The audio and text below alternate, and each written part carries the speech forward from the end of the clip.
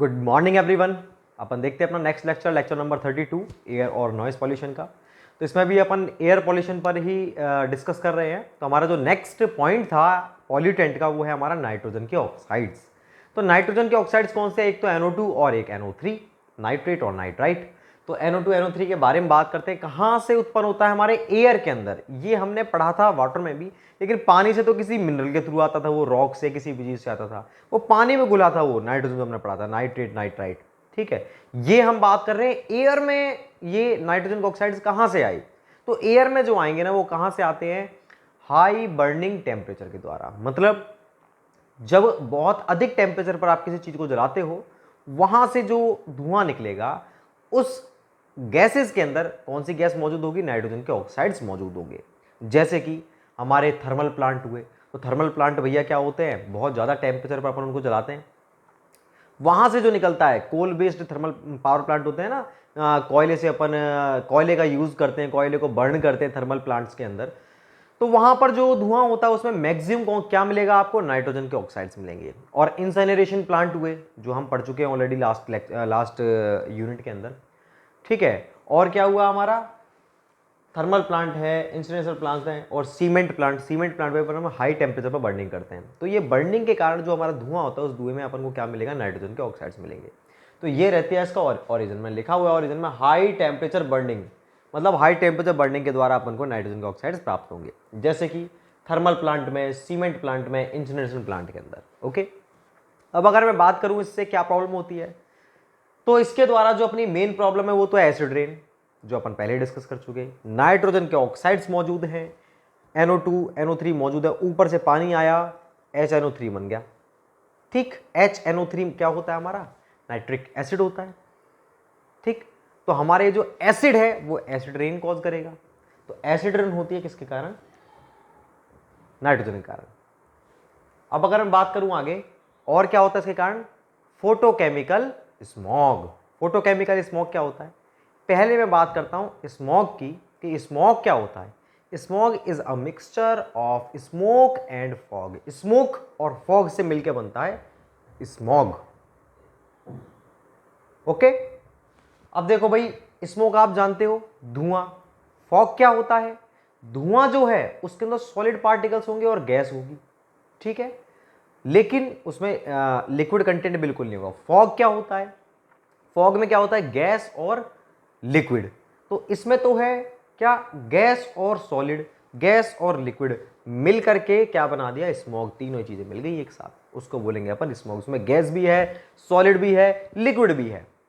ठीक है ना, ये होता है हमारा स्मॉग। और फोटोकेमिकल स्मॉग जो होता है वो किसके कारण बनता है? वहां पर हाइड्रोकार्बन्स होते हैं और नाइट्रोजन के ऑक्साइड्स। NOx लिखा है मैंने। एक्स का मतलब क्या है? एक्स की जगह 2 भी हो सकता है, NO2। एक्स की जगह 3 भी हो सकता है, मतलब NO3। इनमें से कोई भी हो सकता है। वो हाइड्रोकार्बन से जुड़ेगा तब क्या बनेगा? हमारा फोटोकेमिकल स्मॉग। भैया एक बार 1952 में दिसंबर में लंदन में एक प्राकृतिक घटना हुई थी, बहुत ही, उसको लंदन स्मॉग त्रासदी बोलते हैं। ठीक है, लंदन स्मॉग डिजास्टर। ये अपने जैसे भोपाल में हुआ था, भोपाल गैस त्रासदी। उसमें साइनाइट गैस का रिसाव हुआ था, उससे बहुत सारे लोग मर चुके थे। ऐसे ही लंदन में हुआ था। वहाँ क्या हुआ था समझ में ही नहीं आया कि हुआ क्या, लोग बाग क्यों मर रहे हैं। वहाँ पर 2-3 चीज़ें एक साथ हो चुकी थी हमारे एटमॉस्फेयर में। सल्फर के ऑक्साइड्स मौजूद थे, अचानक से एंटी साइक्लोन आया, स्मॉग। इन तीनों चीज़ों के मिक्सचर से ऐसा कॉम्बिनेशन बना कि हमारा जो हम सांस ले रहे हैं तो दम घुटने लगा, रेस्पिरेटरी प्रॉब्लम, और लोग बाग एज इट इज़ मरने लगे। बहुत मौतें हुई थी इसके कारण। इसे बोलते हैं लंदन स्मॉग। ठीक है ना, तो लंदन स्मोक के बारे में आप डिटेल में पढ़ना, बहुत इंटरेस्टिंग है वो, क्योंकि बहुत लोग मरे थे। किस तरह से मरे थे वो गूगल पे आप सर्च कर सकते हैं।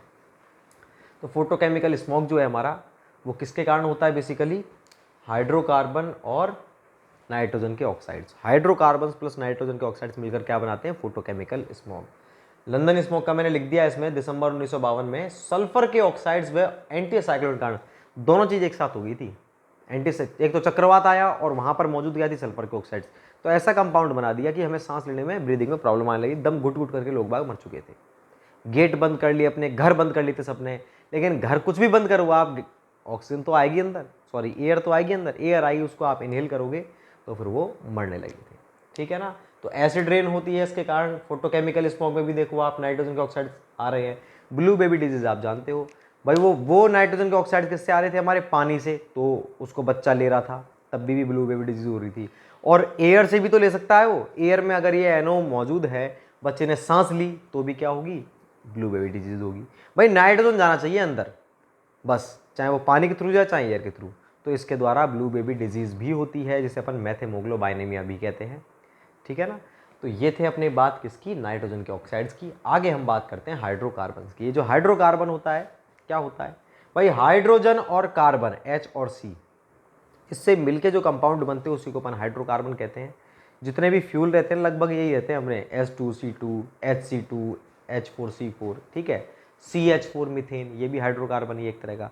तो अगर मैं बात करूँ आपसे हाइड्रोकार्बन की, इन दोनों से मिलके बनते हैं पेट्रोल हुआ हमारा, बेंजीन हुआ, ये हमारा डीजल हुआ, कैरोसिन, सारे सारे क्या है, मीथेन, ये सारे क्या है, हाइड्रोकार्बन होते हैं। अब हाइड्रोकार्बन से क्या होता है, जहां पर हाइड्रोकार्बन मौजूद है, ठीक है, जैसे अगर उसकी भाप आई पेट्रोल की तो इरिटेशन होने लगती है, आंखों में जलन होने लगती है, हमारे रेस्पिरेटरी प्रॉब्लम तो होगी होगी, जलन होने लगती है, स्किन प्रॉब्लम होती है, ठीक है, त्वचा संबंधी बीमारियां होती है, किसके कारण होती है, हमारे हाइड्रोकार्बन। तो हाइड्रोकार्बन के बारे में लिखा है, हाइड्रोजन व कार्बन से मिलकर बने मॉलिक्यूल हाइड्रोकार्बन कहलाते हैं। एग्जाम्पल क्या है, petrol, diesel, kerosene etcetera. Effect क्या है, आइज इरिटेशन, आंखों में इरिटेशन होने लगती है, जलन होने लगती है, स्किन प्रॉब्लम, और क्या है, त्वचा संबंधी बीमारियां होती है, किसके कारण, हाइड्रोकार्बन्स। अब जो लास्ट अपना आता है प्राइमरी पॉल्यूटेंट, वो कौन सा है हमारा, सस्पेंडेड पर्टिकुलेट मैटर।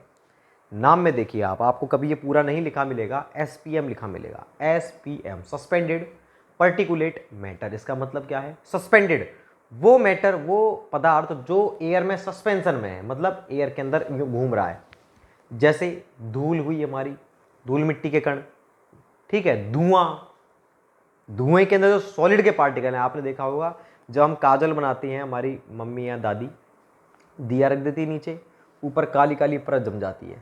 वो काली परत क्यों जमी, क्योंकि उस धुएं में सॉलिड के पार्टिकल थे, वही जम रहे हैं ऊपर। तो ये जो सॉलिड के पार्टिकल थे जो हमारे एटमॉस्फेयर में घूम रहे हैं, उसे अपन क्या बोलेंगे, सस्पेंडेड पर्टिकुलेट मैटर। धूल मिट्टी के कण, सस्पेंडेड पर्टिकुलेट मैटर।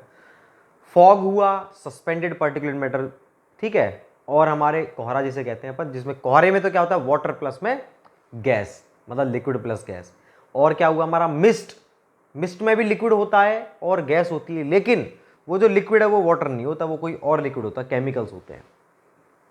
तो मिस्ट और फॉग एक जैसे होते हैं। जैसे कि अगर मैं आपको समझाऊं, गर्मियों में भी आपने देखा होगा कई जगह कि भाई कोहरा जम रहा है, अरे कोहरा थोड़ी जम जाएगा गर्मियों में, टेम्परेचर डाउन थोड़ी है। तो वहां पर आपने देखा धुआं धुआं सा है, कोहरे जैसा, आपको सड़क पर कुछ नहीं दिख रहा, तो आपने वहां पर आसपास में देखा होगा कि कोई ना कोई इंडस्ट्री होगी, उस इंडस्ट्री से कोई केमिकल रिलीज हो रहा है चिमनी के थ्रू या कैसे भी गैसियस फॉर्म में। वो जो केमिकल है वो कंप्लीट एनवायरनमेंट में बिछा हुआ है, वो फॉग की तरह काम कर रहा है, कोहरे की तरह काम कर रहा है, लेकिन एक्चुअली वो फॉग नहीं है। फॉग क्या होता है, पानी और गैस का मिक्सचर होता है, वो मतलब लिक्विड और गैस का मिक्सचर है। मिस्ट भी क्या है, लिक्विड गैस का मिक्सचर है, लेकिन वहां पर लिक्विड के रूप में पानी नहीं होता, कोई केमिकल होता है। तो ये होता है फॉग और मिस्ट। तो ये भी क्या है, हमारा सस्पेंडेड पर्टिकुलेट मैटर है, एयर में घूम रहा है। तो ये सारे क्या है, हमारे सस्पेंडेड पर्टिकुलेट मैटर। इसको अपन SPM की जगह RSPM भी कहते हैं। RSPM का मतलब क्या होता है, रेस्पिरेटरी सस्पेंडेड पर्टिकुलेट मैटर, मतलब ये श्वसन तंत्र के लिए हमारे लिए हार्मफुल होते हैं, इसलिए अपन इसको रेस्पिरेटरी सस्पेंडेड पर्टिकुलेट मैटर भी कहते हैं, RSPM।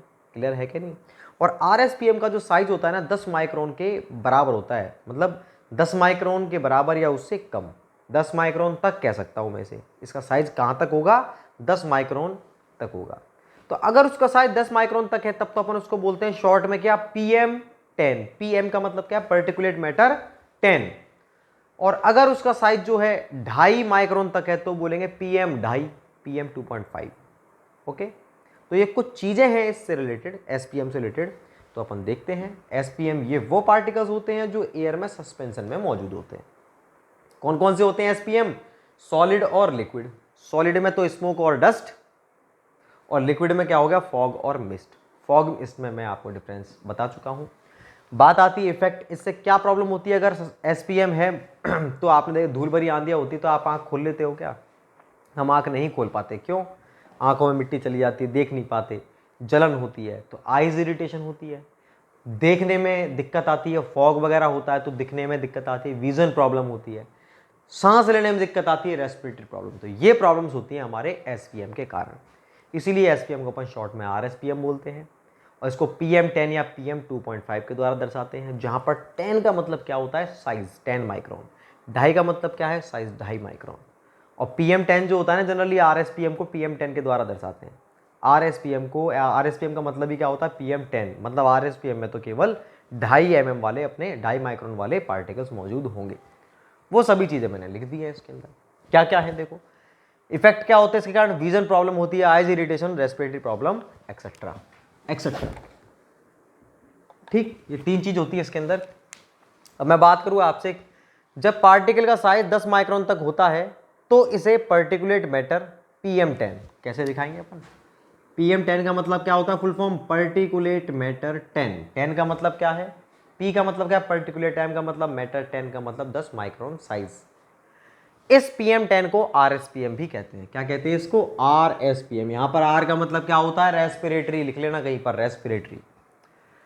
एक दो चीज़ें हैं जो मैंने एयर से रिलेटेड है, एयर वाला टॉपिक कंप्लीट हो चुका है लगभग, वो मैंने नोट में डाल दी है। जैसे कि एक तो एरोसोल क्या होता है। एरोसोल क्या होता है, ये गैसियस फॉर्म में, मतलब कहीं पर कोई गैस है, उस गैसियस मीडियम में सॉलिड और लिक्विड के पार्टिकल घूम रहे हैं ना, तो उसको अपन क्या बोलेंगे, एरोसोल। क्लियर है क्या नहीं। जैसे मान लीजिए मैंने किसी बोतल के अंदर ऐसे नाइट्रोजन ऑक्साइड भर दी और साथ में उसमें क्या है, डस्ट डाल दी, तो वो क्या कहलाएगा, एरोसोल। क्लियर है कि नहीं। नाइट्रोजन के ऑक्साइड उसमें मैंने कोई मरकरी की 2-4 बूंद डाल दी, उसमें घूम रही है ऐसे, क्या कहलाएगा, एरोसोल। तो एरोसोल क्या है, एक मिक्सचर होता है किसका, गैसियस मीडियम के अंदर सॉलिड और लिक्विड का। वो लिखा है, ये गैस मीडियम में मौजूद स्मॉल लिक्विड या सॉलिड के पार्टिकल होते हैं। बात करते हैं यहाँ पर ओजोन लेयर से रिलेटेड। एक पॉइंट है हमारा कि ओजोन लेयर का काम क्या होता है भैया, सबको पता है, बचपन से पढ़ते आए हैं। ये हमारी अर्थ है, अर्थ के ऊपर एक लेयर बनी होती है ऐसे, जिसे ओजोन लेयर बोलते हैं।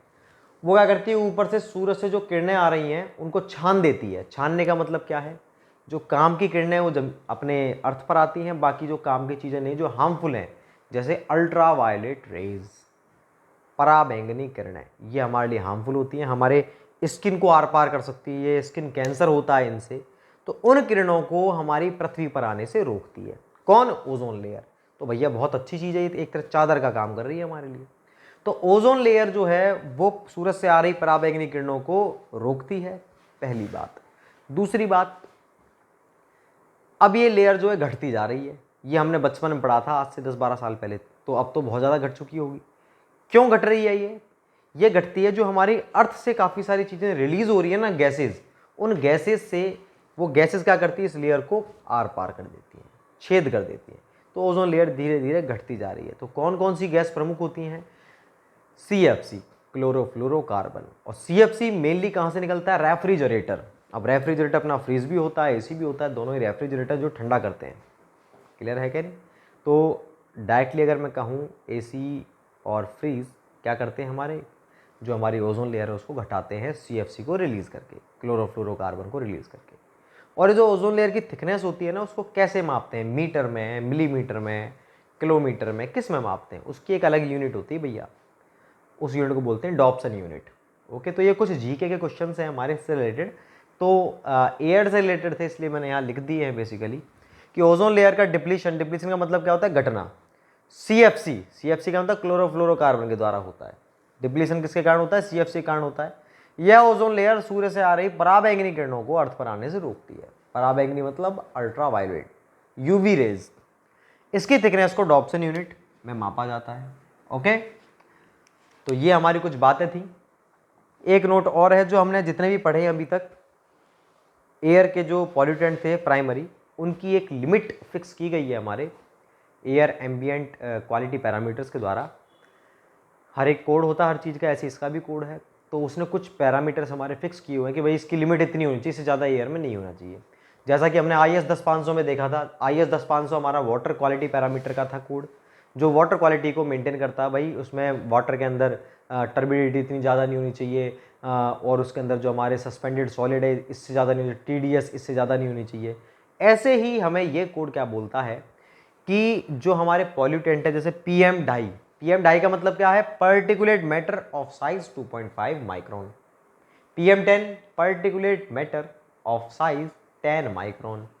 तो पीएम डाई की लिमिट कितनी बताइए भैया, 40 माइक्रो लिख रहा है ये, माइक्रोन, माइक्रो का मतलब 10 की power -6, 40 microgram per metre cube, 1 metre cube में केवल 40 माइक्रोग्राम होने चाहिए, इससे ज़्यादा नहीं होने चाहिए। दूसरा PM10 इसकी 60 microgram per metre cube, okay. SPM suspended particulate matter का 200 microgram per metre cube, SO2 sulphur dioxide का 80 microgram per metre cube, NO2 इसका 80 microgram per metre cube, CO carbon mono 2000 microgram per metre cube, इसको आपको याद रखना है। तो ये कुछ पैरामीटर्स हैं जिनकी लिमिट फिक्स की हुई है। अब देखो भाई, इससे वो क्वेश्चन पूछ लेते हैं कभी कभी, आपने देखा होगा चौराहे पे, हर शहर के अंदर एक ऐसा डिस्प्ले बोर्ड रहता है, किसी न किसी चौराहे पे देखने को मिल जाएगा, अलवर में भी है, जयपुर में भी है, हर जगह मिल जाएगा आपको। उस पर लिखा रहता है एयर क्वालिटी, वहाँ पर लिखे रहते हैं काफ़ी सारे इंडेक्सेस, उनमें से आपको ये देखने को मिलेगा कि PM2.5 PM10 उसकी वैल्यू भाई इतनी है। अब आप देखना वहाँ पर कि अगर उसकी वैल्यू 40 से ज़्यादा है PM2.5 की, इसका मतलब वो हार्मफुल है एयर अपने लिए, 60 से ज़्यादा है तो अपने लिए हार्मफुल है PM10 की। तो ये इसके पैरामीटर्स अपन ने फिक्स किए हुए हैं, आप इसको उतारें एक बार। तो ये जो थे अपने, ये कंप्लीट पैरामीटर्स थे एयर के। एयर से रिलेटेड एक छोटा सा टॉपिक है हमारा लैप्स रेट, और उसके बाद एक छोटा सा टॉपिक अपना नॉइस पॉल्यूशन। इन दोनों को करेंगे अपन नेक्स्ट लेक्चर के अंदर। आज के लिए इतना काफ़ी है। Thank you so much.